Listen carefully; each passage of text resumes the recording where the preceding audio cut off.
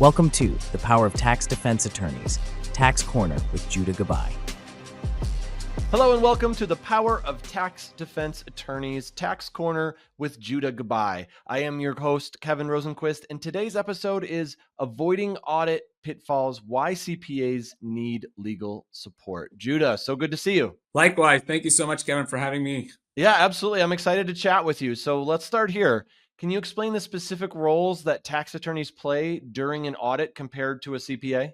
Yeah, for sure. So the roles of tax attorneys they take is tax attorneys specialize in the legal aspects of the tax law and provide legal representation to the taxpayer during the audit. They can offer advice on what the tax liabilities, negotiate with the tax authorities, and represent the clients in disputes and appeals. There's a unique ability for a tax attorney to protect their clients in legal matters, especially when there's an IRS audit or a state audit. Whereas, a CPA is more focused on preparing, reviewing the tax returns, ensuring that the substantiation of the documents are there and providing financial advice. So the CPA comes in handy when preparing the returns, but the tax attorney is more crucial when it comes to an audit as they have more insights in the different negotiation tactics and all that. What specific insights or unique skills do you bring to the table? So, as a tax attorney, you anticipate, potential legal issues that might arise from, different line items on a tax return. A tax attorney also provides experience, right? A tax attorney has done audits before in the past, which definitely lends towards, helping the taxpayer during the IRS audit or the state audit. There's skills that the attorney would have in resolving the dispute or potential, appeals or tax court, which could definitely help the taxpayer during the audit. And what are some of the most common pitfalls that you see CPAs encounter when they're handling audits without legal support? Right. So the most common pitfall that I see is the underestimation of like a potential legal issue that could arise during the audit. The CPA may, unintentionally expose the clients to greater liability without even realizing or recognizing that issue that could raise an issue with the IRS. Whereas a tax attorney, from his or her experience, has an idea of what issues the auditor is looking for and what to provide. How does your firm help mitigate these risks that you just mentioned? So our firm can mitigate some of these risks in identifying what the issue is, what the high risk areas are for the audit, and what the auditor is looking for, right? And possibly negotiating something with the auditor to try to get this into some sort of resolution. And also understanding the appeals process, the litigation process. And that's something maybe the IRS, when they see an attorney on the case, they may be willing to, try to settle the case on the administrative level of the audit. And how do you feel like your experience in tax law allows you to navigate the complexities of the audit process effectively? So my experience in tax law enables me to navigate the audit process because I have an understanding of my previous audits that we have done in the past. Sometimes there's a relationship with the auditor or the manager, and that definitely helps. Besides knowing and understanding the tax law, the regulations, these allow me to craft a defense strategy and negotiate more effectively with the IRS auditor. And this will eventually mitigate the risk and the potential liability for the taxpayer, and only making sure that the taxpayer would only be responsible for what the deficiency is in the audit, or sometimes even a no change audit where we do an audit and we represent the taxpayer. And then there is, after substantial, communication with the IRS auditor, there would be a letter stating that there's no change to the audit. Like we had a case like that recently where we completed that with the auditor. The auditor wanted to expand the audit, but we told the auditor, let's just focus on what we have right now. And if the audit, if the taxpayer does well in this audit, then I think it would make sense to close up the audit. And that's, an example that, we recently just had on a case. How many audits do you suppose you've done? Oh, hundreds. Hundreds? I've probably done hundreds of audit between Wow. the IRS and the state. Yeah, hundreds. There's no way I can keep track of all the audits. Probably not a lot you haven't seen. Yeah, I've pretty much seen a lot of the audits. I've seen everything from paper audits to actual auditor, and I've seen audits even on the criminal side turn into go from civil to criminal. So I've seen it all. I've been doing this for a decade, so I've got a lot in the last decade.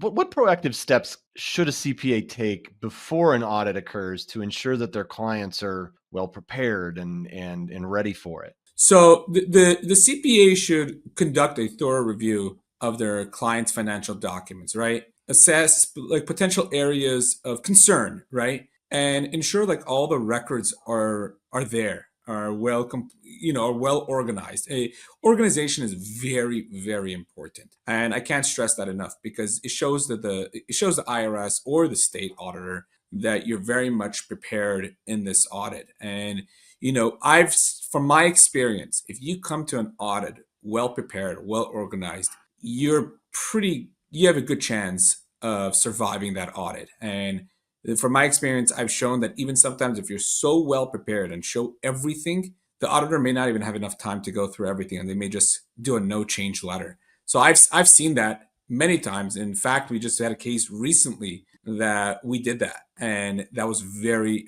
I can't stress that enough. It was a success.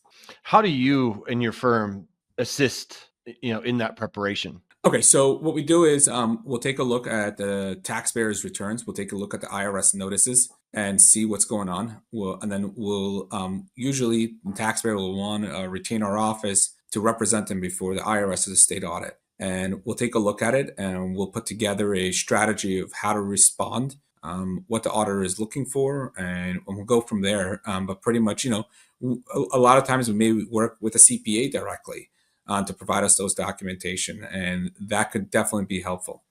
Can you discuss how audit representation works, the process of it?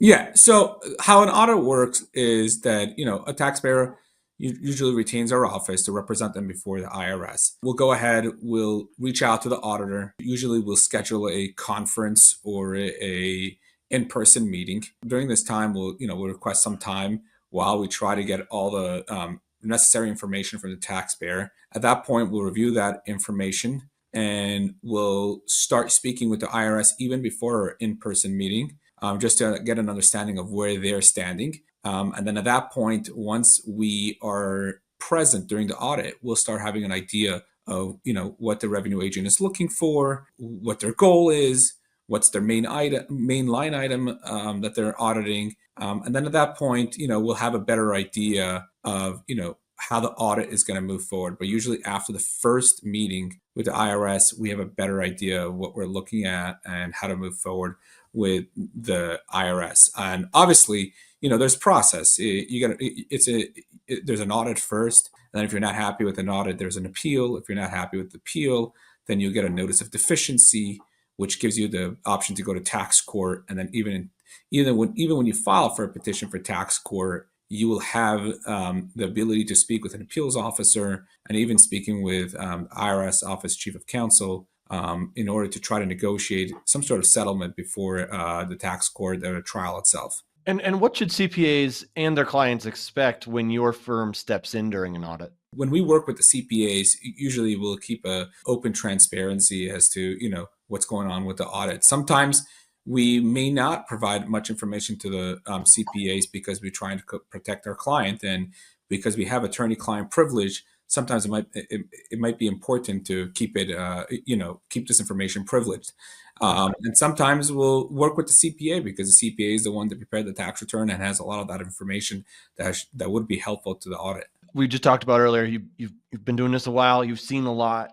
What are some of the most common misconceptions that you've seen about the audit process from clients? Right. So probably the most misconception is that taxpayers right away believe that if an audit were to occur, it's like an indication of like a wrongdoing, or Like they're in trouble. Yeah, they're in trouble, or they will get some sort of, the penalties are going to be high, or it could turn, or it's going to be criminal.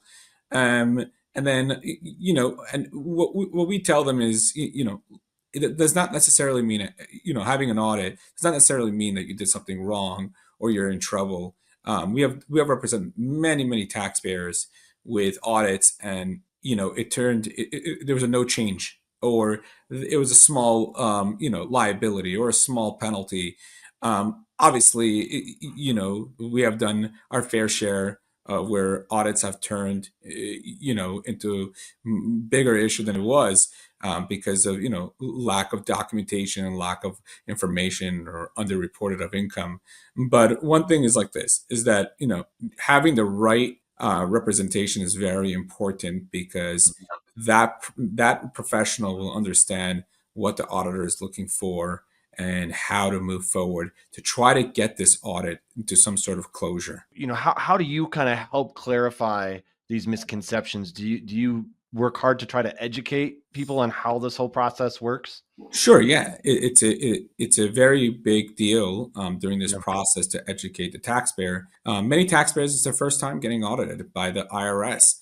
So, as an attorney, our goal is to educate them and explain to them, how this process works and why we think this audit has happened. And generally, we can, have an idea of why this audit occurred. There could be random audits, there could be selected audits, and a lot of that we can tell based on the taxpayer's tax return, and different line items of the tax return.